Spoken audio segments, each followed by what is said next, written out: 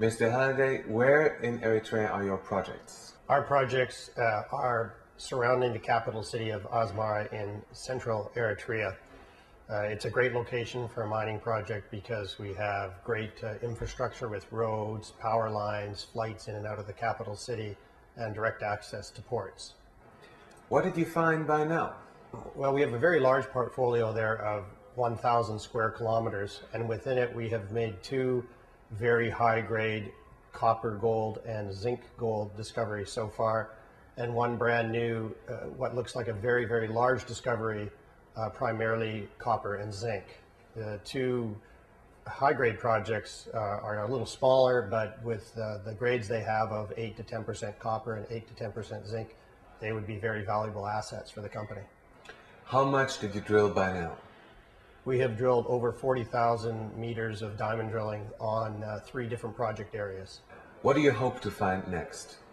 We are working on the development of our third discovery to date, which is called Embaderho, and it looks like our largest potential project so far, with the potential for 30 to 40 million tons of copper and zinc. So one of the largest new discoveries on the continent so far this year. And we have a fourth area which we have not drilled yet, and we will be spending considerable money on that in September, October to make a fourth discovery on the project. How much have you invested by now?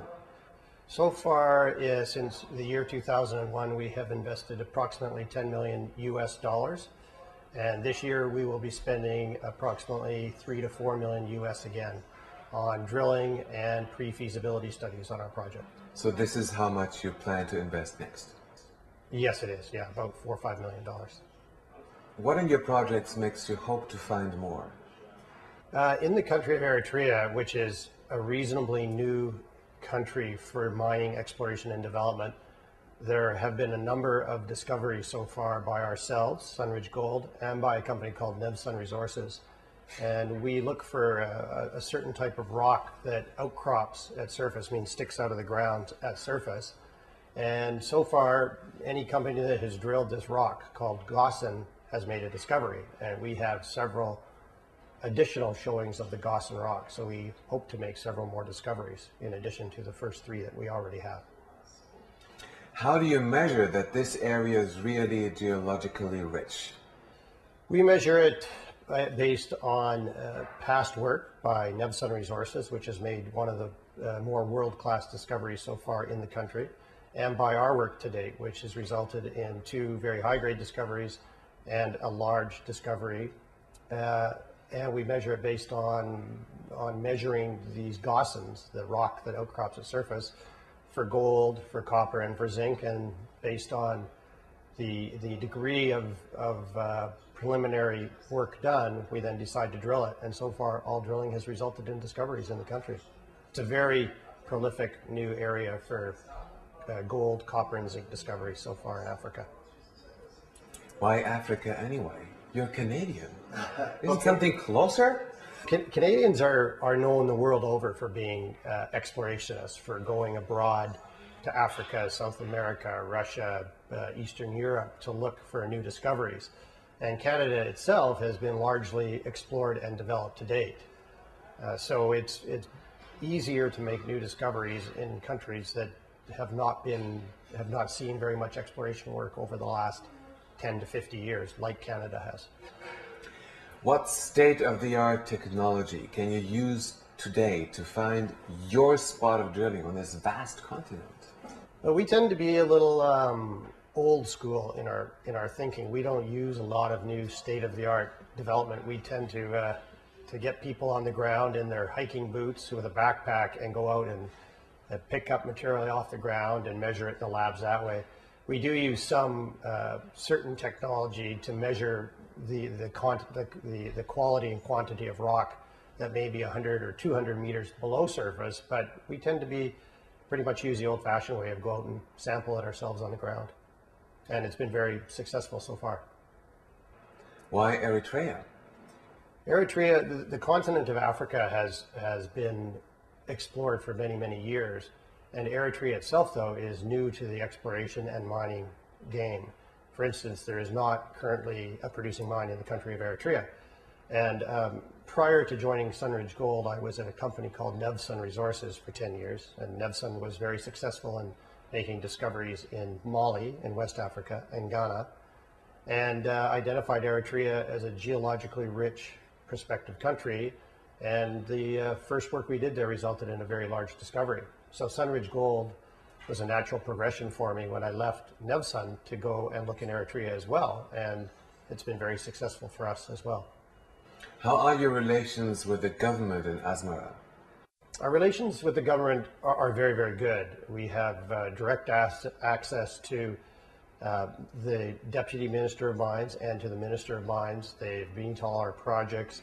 They have joined us in going to meet investors in Florida, in South Africa, and in Toronto to help them understand how proactive they are and supportive of the mining business in Eritrea. Who are your major investors? Our major investors, we have one major investor called the Lundin Mining Group, which is listed on the Stockholm and Toronto Stock Exchange. They are one of the most well-known mining groups in North America, very, very successful all over the world, particularly in areas that some people may consider to have potential political risk. They view those kinds of opportunities as opportunity rather than risk. So they are our main investor with just under 10% of the shares of the company. And then we have a number of key North American institutions that are invested in our company as well, and a few here in Europe. Who's in your management team? The president and CEO of the company is a fellow named Michael Hopley. He and I first met about 20 years ago at a company called Bema Gold. Bema Gold is probably quite well known here in Europe as they have many shareholders and have raised a lot of money here in Europe. They have projects in Russia. And so he and I met there, very successful TSX, American Stock Exchange listed company. And he is a geologist, so we rely on him for understanding the quality and quantity of rock that we find in Eritrea. We have a fellow named David Dowd, who is our exploration manager, and he and I work together at Nevsun. So David was very knowledgeable about Eritrea, the politics, the people, and the geology. So he's been a key asset for our group. Craig Angus is a director of the company, and Craig and I worked together for 10 years at Nevsun, and then he and I founded Sunridge Gold. And he is a very good big picture strategy thinker and was quite involved in bringing the Lundin Management Group in. I'm the Vice President of Corporate Development and was one of the founders of the company, and my experience is all in the investor relations business with Sunridge Gold, Nevsun Resources, and prior to that with Bema Gold. How do you see the demand for gold in the world? Who needs gold anyway? Well, right now is a very interesting time for gold and all the other metals that we talked about as well, copper and zinc. And who needs gold is always an interesting question, because in terms of usage, there's not a much day-to-day use like there is for copper and zinc. However, right now it's all about currencies, and with the devaluing U.S. currency, and we think continued further the devaluation of the U.S. currency, many other investors and countries are looking for a safe haven to invest their money, and gold has always been a safe haven currency in times of inflation, which there is inflation, largely in part due to oil and the increases in oil. And so right now it's largely a currency issue, and of course a bit of a geopolitical issue as well, but we don't think that's a very large part of the current gold price. It also is a good time for investors to start looking at gold again, because it had a sort of what we call a parabolic rise. If you look at the stock chart, gold just went straight up from 500 to 700, then had a significant pullback, which we all knew had to come sooner or later. Any commodity or stock that goes up like that will always pull back. And it did. So now is a much better time for investors to be looking at putting money into the gold market or the base metals market as well, because copper and zinc also went straight up and pulled back.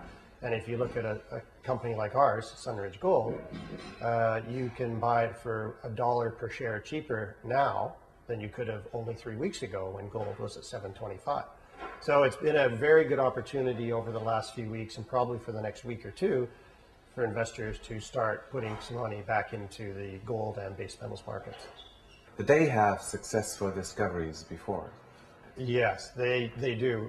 Craig Angus, who's one of the directors, was successful in discovering the Tabakoto project in Mali for Nevsun Resources. And he and I were together at Nevsun when we made the Bisha project discovery in Eritrea. Michael Hopley and David Dowd as well at Nevsun when we made the Bisha discovery. Michael Hopley was at Bema Gold when they discovered a project in Chile called Refugio, which is one of the main projects that progressed them towards becoming a producing gold mining company. What's your personal background for this business? Well, my personal background, I guess beginning when I got out of university a few years ago now, was in advertising.